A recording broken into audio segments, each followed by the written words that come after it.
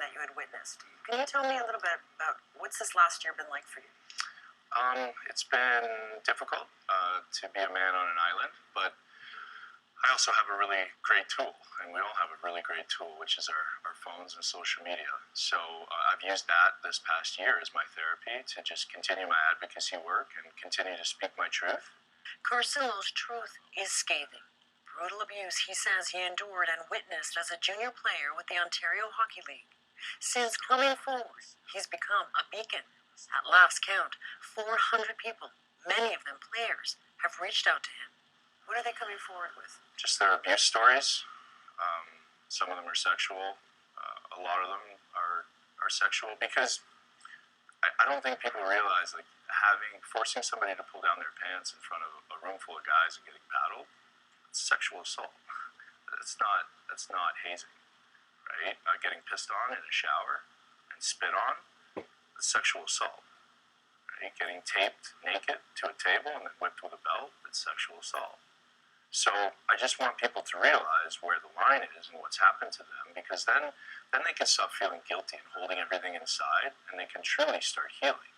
As soon as you tell that story and you relinquish that story, even if it's to me, somebody that you don't know, a weight is lifted because you've told somebody. It's not in your own head. They talk about a reckoning in hockey or a Me Too movement. Is there a tipping point that you're seeing now? I think so. A lot of people talk about Me Too, and I refer to the Catholic Church because as soon as the Pope, Don Cherry, went down, and then Mike Babcock, who's a bishop, and then Bill Peters, then everybody's like, whoa. Yes, that was happening to me for years, and now these guys are removed. Wow. So if I talk, my words hold that much power. If I tell the truth, yes, they do. So tell the truth, and something will happen. These guys pay for your way of life that you enjoy in Canada. Holding abuse to account may have started with Don Cherry. The controversial host of Coach's Corner was fired over his comments about immigrants and puppies. And then came a rush of stories. Allegations of racism that forced former Calgary Flames coach Bill Peters to resign. Stories of psychological abuse that surfaced after Toronto Maple Leafs coach Mike Babcock was fired.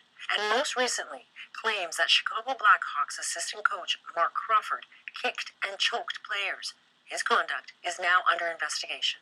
There are lines that cannot be crossed. The revelations prompted the NHL to announce mandatory diversity and inclusion training for coaches and a crisis hotline for team employees.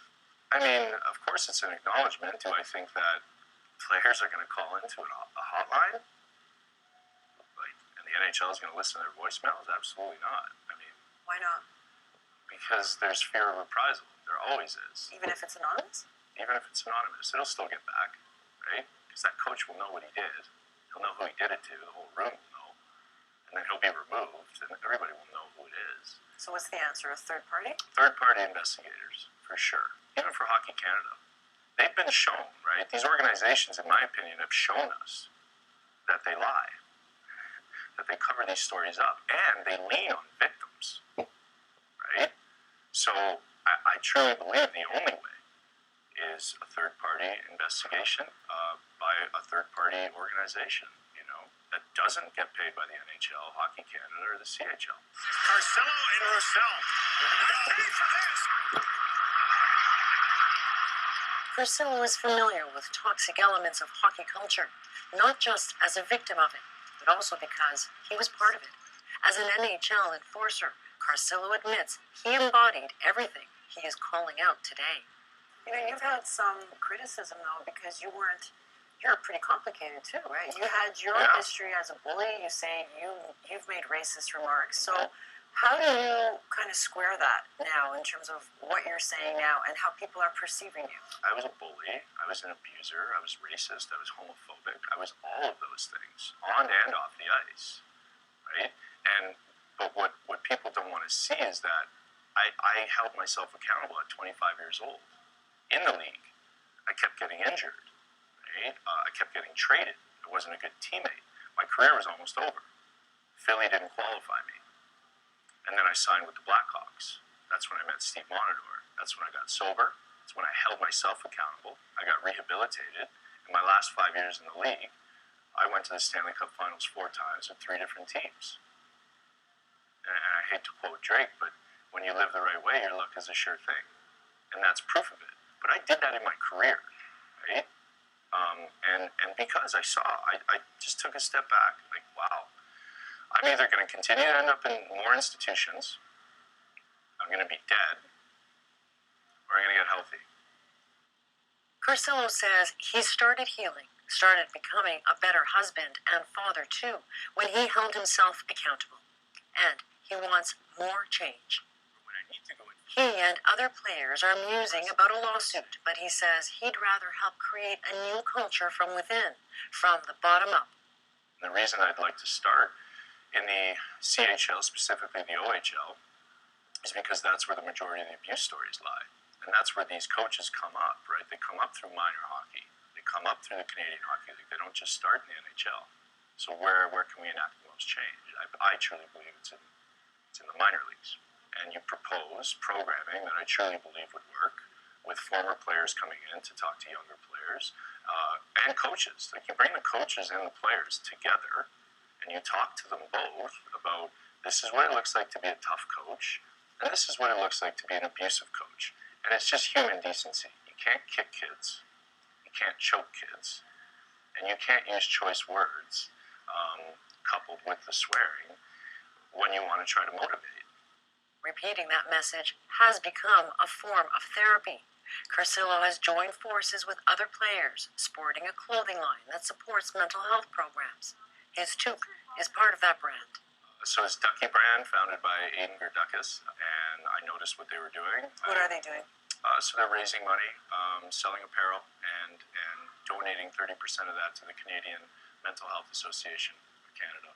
And we're going to go out on a speaking tour in February. The speaking tour, he says, will take him to schools, rinks, even the military. It will start in Ontario, and the plan is to go across the country.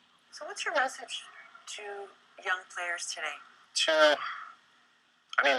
I guess the message would be, like, you're really special, right? Like, you have these really amazing skill sets that you can apply to hockey, and just know your worth.